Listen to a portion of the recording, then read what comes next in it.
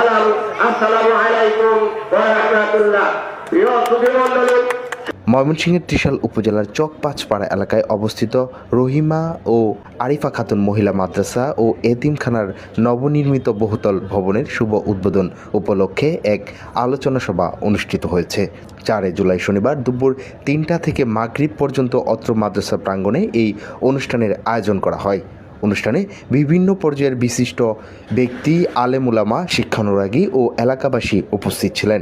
রহিমা ও আরিফা খাতুন মহিলা মাদ্রাসা ও এতিমখানার প্রতিষ্ঠাতা পরিচালক শায়েখ শফিকুল ইসলামের সভাপতিত্বে অত্র মাদ্রাসার ভাইস প্রিন্সিপাল হাফেজ মাওলানা আবদুল্লাহ আল কাফি এর সঞ্চালনায় উক্ত অনুষ্ঠানে প্রধান অতিথি হিসেবে উপস্থিত ছিলেন হালিম গ্রুপের চেয়ারম্যান এবং অত্র মাদ্রাসার সভাপতি আলহাজ আব্দুল হালিম। প্রধান মেহমান হিসেবে উপস্থিত ছিলেন ইসলামী ইন্স্যুরেন্স লিমিটেডের ভাইস চেয়ারম্যান আলহাজ ইসমাইল নোয়াব। বিশেষ অতিথি হিসেবে বক্তব্য দেন হালিম গ্রুপের ব্যবস্থাপনা পরিচালক শোয়েব আহমেদ।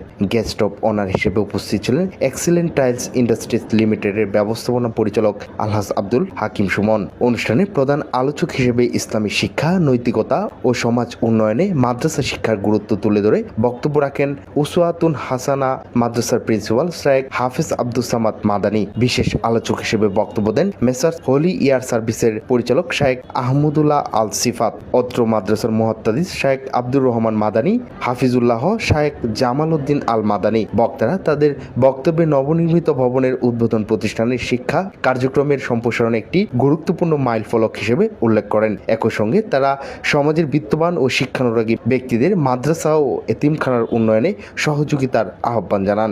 অনুষ্ঠানটি দোয়া ও মুনাজাতের মাধ্যমে সমাপ্ত হয়। গত 15 দিন 2 শিফটে ক্লাস নিয়েছিলাম।